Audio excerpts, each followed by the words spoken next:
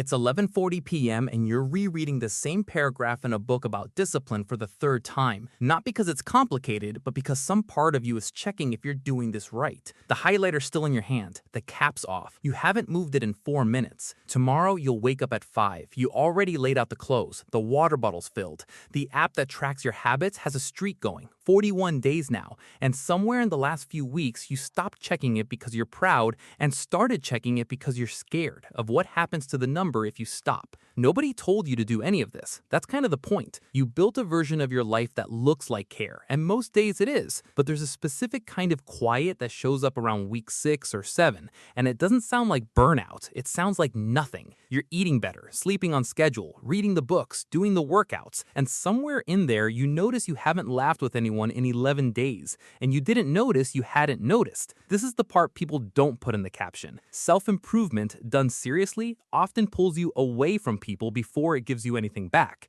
Not because growth requires isolation, it doesn't, but because early on it requires control, and control is easier alone. Nobody's awake at 5 a.m. to ask why you're awake at 5 a.m. Nobody's there to interrupt the routine, question the rules, or watch you fail at the new version of yourself before it's ready to be seen. So you get quiet, you get efficient, you start describing your evenings as recharging, when the truthful word might be something closer to avoiding contact while it's still inconvenient to explain. Here's the part that's easy to miss. The loneliness isn't a side effect you're tolerating for a better life later. For a while, it's doing something for you right now. It's protecting the version of yourself you're building from outside opinions before that version can hold its own weight. People ask why you're so different lately, why you canceled again, why you seem far away even when you're sitting right there. And answering honestly would mean admitting you don't fully know yet if any of this is working. So instead, you say you're just focused, just busy, just trying to get your life together. All true, also not the whole story.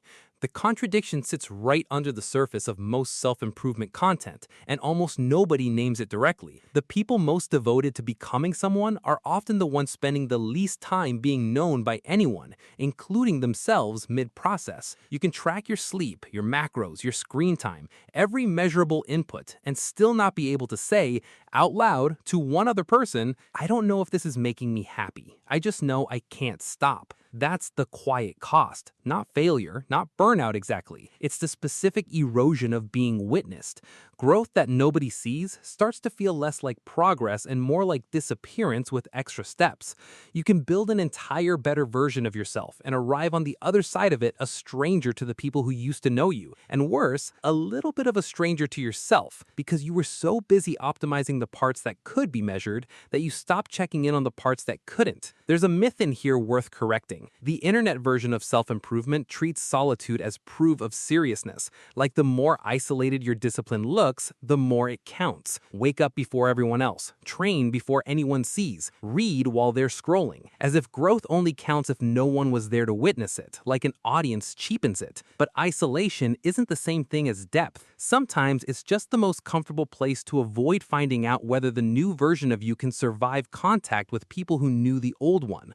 The shift isn't to abandon the structure you've built. It's smaller than that. It's noticing the specific moment you choose the routine over the reply, the message you leave unread because answering would break your focus, the dinner you skip because the gym slot is non-negotiable, and asking just once, honestly, is this discipline or is this the easiest way to avoid being looked at right now? You don't have to change the answer. You just have to stop pretending you didn't ask the question, because eventually the streak ends, or the goal gets hit, or the routine becomes who you are instead of something you're doing. And on the other side of that, the people you'll actually want to share it with are the same ones you got quiet around to build it. Worth knowing that going in. Worth checking in on somewhere in the middle before the gap gets too wide to easily close. This isn't a clinical read on anyone's specific situation, just a pattern worth noticing if it sounds familiar. If isolation has started feeling heavier than ordinary quiet, a real conversation with someone you trust or a professional is worth more than another night alone with a routine.